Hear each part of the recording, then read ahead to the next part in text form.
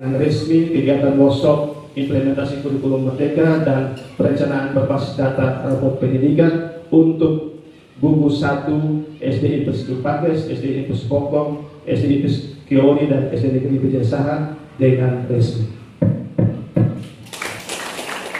Juli 2024, 8 sekolah wilayah gugus 1 yang dibentuk dalam 2 titik Kecamatan Takari, Kabupaten Kupang, Dinas Pendidikan dan Kebudayaan Kabupaten Kupang tahun 2024. Laporan kegiatan workshop wilayah gugus 1 Kecamatan Takari, Kabupaten Kupang tahun 2024. Latar belakang pre-memori, waktu dan tempat pelaksanaan workshop. Kegiatan workshop dilaksanakan di UPTD SD IPS Bokong 1 sebagai titik 1 Kecamatan Takari, Kabupaten Kupang selama 2 hari. Dengan rincian kegiatan akan terlampir pada jadwal dan berlangsung pada pukul 9.00 sampai dengan 16 waktu Indonesia Tengah. Materi dan pemateri workshop. Materi pelatihan dengan beberapa kegiatan pengenalan implementasi kurikulum, PNN, P5 penilaian, pembuatan modul ajar, dan administrasi lain sesuai kebutuhan dan yang terakhir berbasis data. Pemateri workshop. Pemateri workshop terdiri dari 3 orang yang berasal dari Dinas Pendidikan Kabupaten Kupang. Di antaranya 1. Ibu Rika R. Kekado MSI Polres Kabupaten Kupang. 2. Bapak Said Bajide Esros MSI selaku pengembang kurikulum. Yang ketiga, Bapak Albertus Thomas Ola SPD selaku pengawas wilayah gugus 1. Peserta workshop. Peserta kegiatan ini adalah dari 4 sekolah di titik 1 berjumlah 39, terdiri dari kepala sekolah, guru kelas, guru PCOK, dan guru agama. Dana. Sumber dana berasal dari dana BOS reguler tiap sekolah masing-masing. Penutup. Kegiatan yang dilaksanakan sesuai dengan rencana dan harapan ilmu dan pengetahuan yang telah disampaikan dapat bermanfaat serta bisa dibagikan kembali kepada sesama guru. Jika tidak mau menahan pahitnya perubahan, maka bersiaplah merasakan sakit akibat ketertinggalan. Berapapun kecepatannya, teruslah bergerak, maka kita akan sampai pada tujuan. Demikian laporan kegiatan workshop yang kami susun. Semoga dapat menjadi referensi sekaligus bisa dikembangkan menjadi lebih baik dan bermanfaat. Bokong 20 Juni 2024, Ketua Gugus 1 tertanda yang PI SPD dan ketiga kepala sekolah. Demikian laporan panitia. Mengucap syukur kepada Tuhan Yang Maha Kuasa karena kita masih diberikan nafas kehidupan sampai dengan saat ini. Bapak Ibu yang saya hormati, pertama-tama saya menyampaikan terima kasih banyak kepada Ibu Kepala Sekolah SD IPS Bokong 1 bersama dengan rekan kepala sekolah yang lain yang sudah mengundang kami ke sini, ke gugus 1 ini. Dan kegiatan ini yang saya tahu ada dibagi menjadi 2 tempat. Satunya di SD IPS Bokong 1, sedangkan sebagiannya ada di SD Cenggerai. Ini merupakan hal yang baik menurut kami karena Bapak dan Ibu, kita sekarang sudah masuk pada kurikulum merdeka Bapak dan Ibu. Memang kurikulum merdeka itu sudah dimulai sejak tahun pelajaran 2022-2023. Tetapi itu masih menjadi opsi atau pilihan Bapak dan Ibu, menjadi pilihan. Jadi ada 3 pilihan di situ Bapak dan Ibu, yaitu mandiri belajar. Mari Bapak ulang. Sisa. Memang pada waktu awal tahun pelajaran 2022-2023 itu hanya dilaksanakan secara terbatas pada beberapa sekolah. Tetapi di tahun pelajaran 2023-2024 itu sudah bertambah sekolahnya. Dan sekarang kita sudah memasuki tahun pelajaran 2024-2025. Jadi kita berharap Bapak dan Ibu, seluruh satuan pendidikan di Kabupaten Kupang ini sudah dapat melaksanakan kurikulum merdeka secara penuh Bapak dan Ibu. Tidak lagi dia mandiri belajar, dia sudah melaksanakan secara penuh.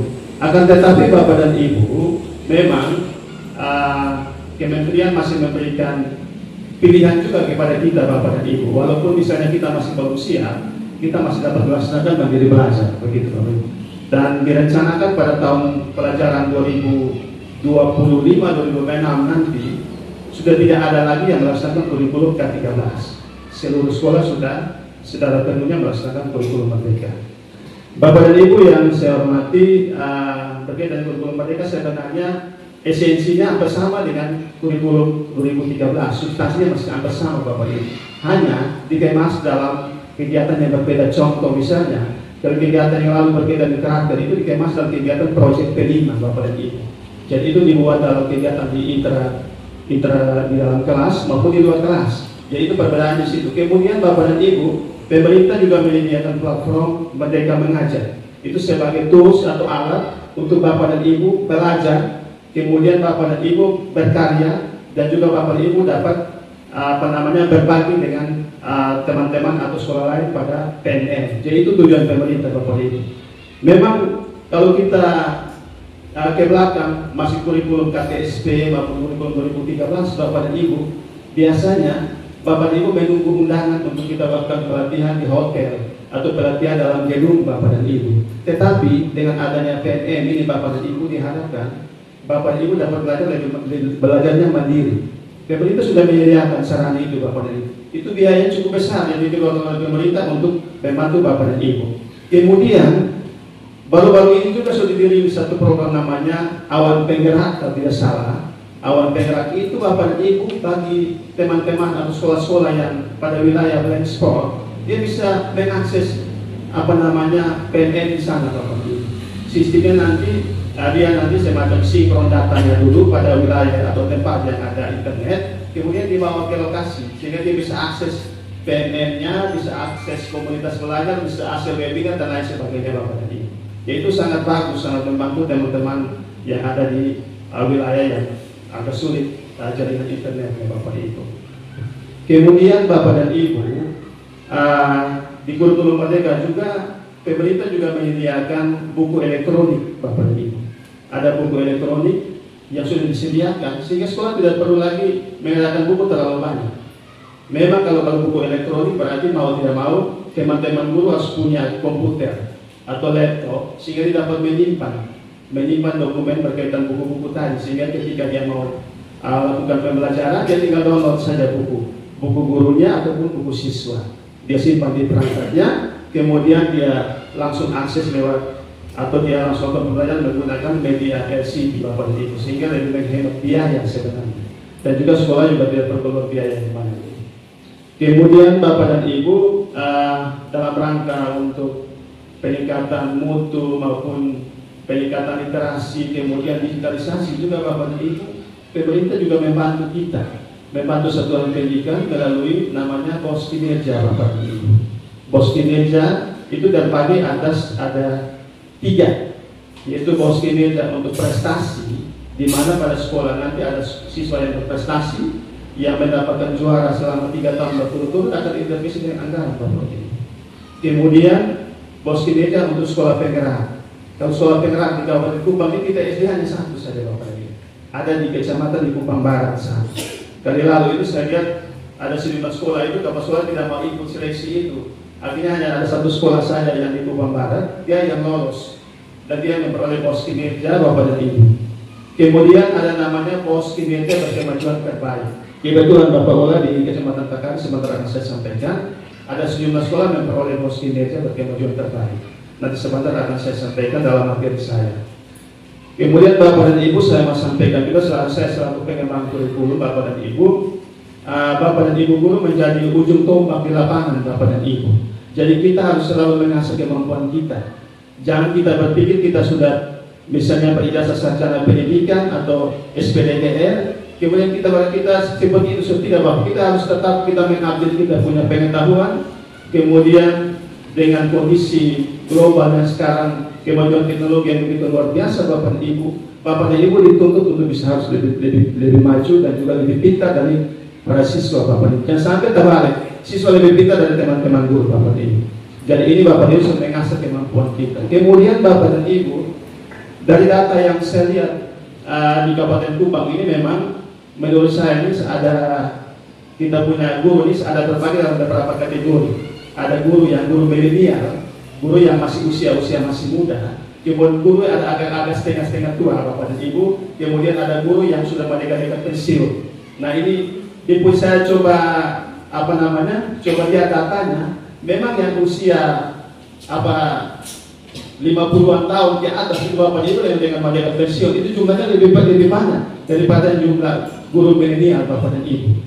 Jadi kemudian juga saya coba melakukan dialog dengan teman-teman guru yang minta maaf yang sudah agak usia dekat pensiun, dan memang mereka juga agak sedikit kesulitan ketika mau mengakses internet berkaitan dengan PNN dan lain sebagainya. Kemudian agak sedikit kurang begitu menguasai informasi teknologi IT Bapak Ibu, jadi persoalan tersendiri. Nah sekarang Bapak Ibu di Kementerian sekarang setiap kali program kegiatan mereka menuntut para guru itu sudah harus bisa bisa menguasai IT Bapak Ibu. Jadi ini menjadi persoalan tersendiri Bapak dan Ibu. Jadi dan juga kita tahu bersama Bapak dan Ibu sekarang ini kondisi global sekarang ini di semua ruang publik Bapak dan Ibu itu sudah menggunakan komputer berbasis IT. Saya kasih contoh saja Bapak Ibu. Misalnya kita mau berangkat ke Jawa, ke Jakarta ya misalnya.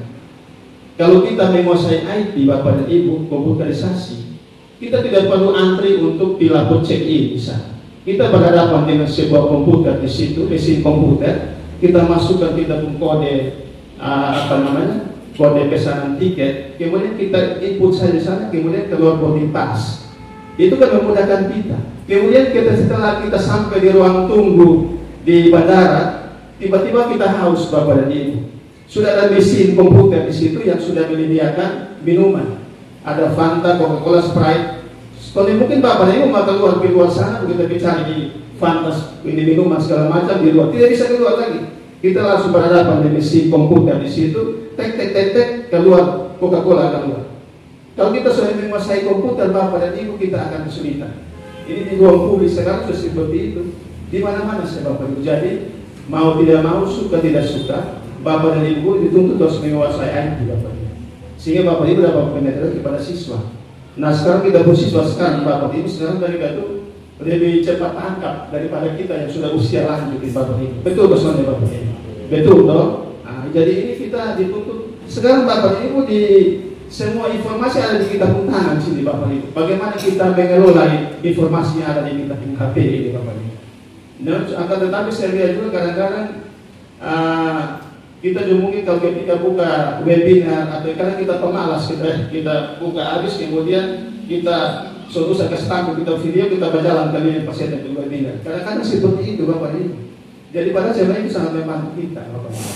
Jadi ini yang perlu kami tegaskan kepada Bapak Ibu untuk bagaimana kita tetap mengupdate kita punya pengetahuan, kemudian kita punya kompetensi sehingga kita dapat ketika kita berhadapan dengan para siswa kita harus lebih daripada siswa Bapak Ibu. Kemudian Bapak dan Ibu yang menjadi bagian penting dari pengelolaan sekolah pendidikan itu Bapak dan Ibu adalah anggaran Bapak dan Ibu. Jadi memang Bapak dan Ibu ketika kami juga mengikuti kegiatan di tingkat nasional Bapak dan Ibu kami juga menyuarakan karena di Kabupaten Kupang ini jumlah SD di Kabupaten Kupang kurang lebih ada 397. Nah dari 397 itu sebagian besar itu jumlah siswa itu masih di bawah. Otomatis mereka akan kesulitan dalam anggaran dana BOS. Anggaran ini sangat vital Bapak dan Ibu. Makanya saya hadir di sini, saya minta Ibu Kepala Sekolah saya sampaikan berkaitan dengan bagaimana satuan pendidikan dalam merencanakan sebuah program kegiatan berbasis data rapor pendidikan.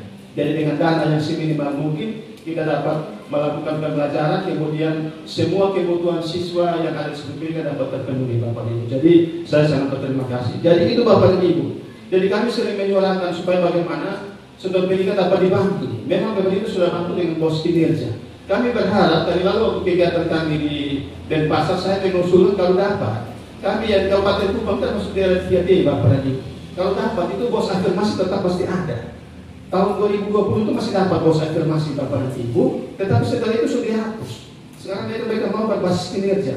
Mereka menuntut satuan pendidikan itu berkompetisi untuk bagaimana meningkatkan rapor pendidikan. yang dapat pos kinerja ini produk pendidikannya akan naik Bapak Ibu. Jadi itu yang diharapkan dari pemerintah. Tapi kami berharap yang di sekolah yang pinggiran-pinggiran yang di pelosok itu dapat dibangun dengan pos afirmasi.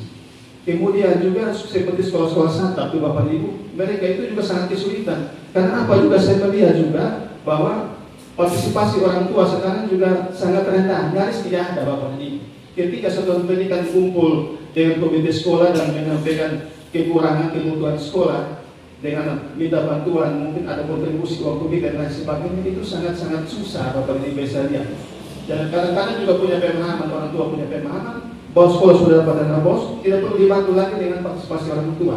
Nah ini yang harusnya bagaimana Bapak Ibu kepala sekolah yang ada di sini memberikan menyampaikan secara baik. Ini kita punya rancangan anggaran selama 1 tahun. Ternyata kita kalau media anggaran ini, kita masih membutuhkan partisipasi orang tua. Ya kita dorong satuan pendidikan supaya bagaimana berkomunikasi dengan orang tua itu sehingga dana bos itu ada sumber dana lain yang dapat dibantu Bapak Ibu. Itu yang kami berharap seperti itu. Baik Bapak Ibu, mungkin ini sambutan dari saya untuk belajar ya, terkait dengan kurikulum Merdeka, dan kita tahu beliau tidak hanya berbagi untuk kita di Kabupaten Tuban, tetapi di mana-mana tempat, sehingga harapan saya ketika dia ada, tolong tanya yang belum jelas itu dipertanyakan sampai sejelas-jelasnya. Dan sampai ya nanti bulan Juli ya, karena mohon maaf Bapak saya sudah wanti-wanti teman-teman kepala sekolah dan guru, kita tidak usah tunda ya pelaksanaan kurikulum Merdeka di gugus 1 ini. Kita harus bisa jalan, apalagi sekolah-sekolah Astra ini ya, sekolah-sekolah yang didampingi Astra sudah mulai dari tahun 2022-2023, hanya masih kesannya seperti ini. Pada gilirannya tahun ini, tahun ajaran 2024-2025, kita sudah harus menjadi pelaksana. Tidak ada opsi mandiri belajar lagi, ya. Paling kurang kita susun tingkat lebih tinggi, ya. Mandiri berubah dan sedapat mungkin mandiri berbagi, sehingga tidak ditunda-tunda lagi. Jadi karena ini sudah satu pilihan, satu keharusan, maka teman-teman sudah bisa menyiapkan diri secara baik untuk bisa menyusun, ya, perangkat pembelajaran. Ya, karena nanti teman-teman akan dibimbing bagaimana memahami CP. Dari CP bagaimana kita menyusun TP. Dari TP kita bagaimana menyusun alur tujuan pembelajaran sampai modul ajar. Ini harus bisa dipahami dan bisa dilakukan. Ya, nanti Ibu Polwas, kemarin kami di tempat yang lain ada praktek yang kita lakukan. Walaupun 15 menit tapi kita coba lakukan sehingga kita punya potret, punya gambaran yang jelas bagaimana kita melaksanakan kurikulum Merdeka itu sebagai seorang guru ketika kita melakukan pembelajaran di dalam kelas. Ya, nanti sebentar seperti itu. Lalu yang berikut, ya ini Bapak saya sering ya meminta kami untuk mengimbau, bukan mengimbau tapi meminta kepala sekolah untuk bisa menyerahkan dokumen kurikulum di awal tahun pelajaran untuk disahkan oleh Bapak Kepala Dinas, sehingga melalui kesempatan ini guru punya tugas tadi desain pembelajaran, kepala sekolah di bagaimana menyusun KWSP, ya. Jadi awal tahun pelajaran dokumen itu tadi, perangkat pembelajaran guru siap dan dokumen KTSP yang disiapkan oleh sekolah dalam hal ini. Kepala sekolah juga kita harap bisa siap, dan kita hari ini bimbing Bapak Ibu untuk tugas itu. Ya, jadi poinnya di situ. Jadi yang saya mau sampaikan, siapkan diri baik-baik, ikuti kegiatan yang baik, karena ini menyangkut dengan tugas pokok dan fungsi Bapak Ibu, baik sebagai kepala sekolah maupun sebagai guru. Saya tidak perlu panjang lebar karena kita